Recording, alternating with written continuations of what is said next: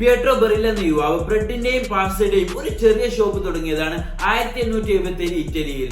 അദ്ദേഹം ഏറ്റവും നല്ല ഗോതമ്പ് കർഷകരിൽ നിന്ന് ശേഖരിച്ച് ഏറ്റവും നല്ല പ്രൊഡക്റ്റ് ആ സമൂഹത്തിന് നൽകിയപ്പോൾ വളരെ പെട്ടെന്ന് തന്നെ ഒരു വലിയ കൂട്ടം കസ്റ്റമേഴ്സ് ബേസ് ഉണ്ടാക്കിയെടുക്കാൻ അദ്ദേഹത്തിന് സാധിച്ചു. ക്വാളിറ്റി പോലെ തന്നെ ഇന്നോവേഷൻസും കമ്പനിയുടെ മുഖമുദ്രയാണ്. അവരുടെ അഭിപ്രായത്തിൽ ഇന്നോവേഷൻ എന്നത് എല്ലായ്പ്പോഴും പുതിയത് കണ്ടെത്തൽ മാത്രമല്ല, മറിച്ച് ഉള്ളതിൽ മാറ്റങ്ങൾ വരുത്തൽ കൂടിയാണ്.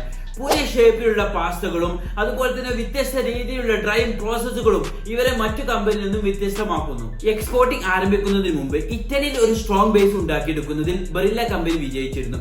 മാത്രമല്ല 1950കളിൽ ഒരു ഗ്ലോബൽ ബ്രാൻഡായി വരുമ്പോൾ ഇറ്റാലിയൻ ഫുഡ് ലോകത്തിന് പരിചയപ്പെടുത്താനാണ് അവർ ശ്രമിച്ചത്. 1980കളിലും 90കളിലും തന്ത്രപരമായ പല ഇടപെടലുകളും ഏറ്റെടുക്കലും നടന്നതോടെ കമ്പനി അതിന്റെ പുതിയ വിപണിയിൽ പ്രവേശിക്കുകയും സോസും റെഡി മീൽസും ഉൾപ്പെടുത്തി അവരുടെ ഉൽപ്പന്നങ്ങളുടെ വൈവിധ്യവൽക്കരിക്കുകയും ചെയ്തു. ഇത് ആഗോളതലത്തിൽ ഒരു വൻ വിജയമായിരുന്നു. കേരളത്തിൽ നിന്നും ലോകോത്തര ബ്രാൻഡായി തങ്ങളുടെ ബിസിനസ് വളരണമെന്ന് ആഗ്രഹിക്കുന്ന ചെറിയ ബിസിനസ്സുകളും കുടിൽ വ്യവസായം ചെയ്യുന്ന ചെറിയ ഫാമിലികളും ഇനി കൂടുതൽ മാതൃകയാക്കേണ്ടത് സ്വിറ്റ്സർലാൻഡ്, ഇറ്റലി, ഫ്രാൻസ് പോലെയുള്ള രാജ്യങ്ങളിലെ ബിസിനസ് മോഡലുകളെയാണ്.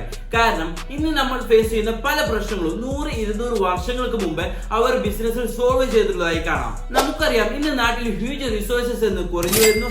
എല്ലായിടത്തും പരക്കെ നമ്മുടെ പ്രൊഡക്റ്റ് സ്റ്റോക്ക് ചെയ്യാനുള്ള ഫണ്ടിന്റെ കമ്മി, കഴിവുള്ള തൊഴിലാളികളെ നല്ല വേതനം കൊടുത്ത് നിലനിർത്തേണ്ടതിന്റെ ആവശ്യകത, ഇതിനെല്ലാമുള്ള പരിഹാരം എന്നത് ക്വാളിറ്റി പ്രൊഡക്റ്റ് ക്വാളിറ്റി പ്രൈസിൽ ക്വാളിറ്റി കസ്റ്റമേഴ്സിൽ എത്തിക്കുക എന്നതാണ്.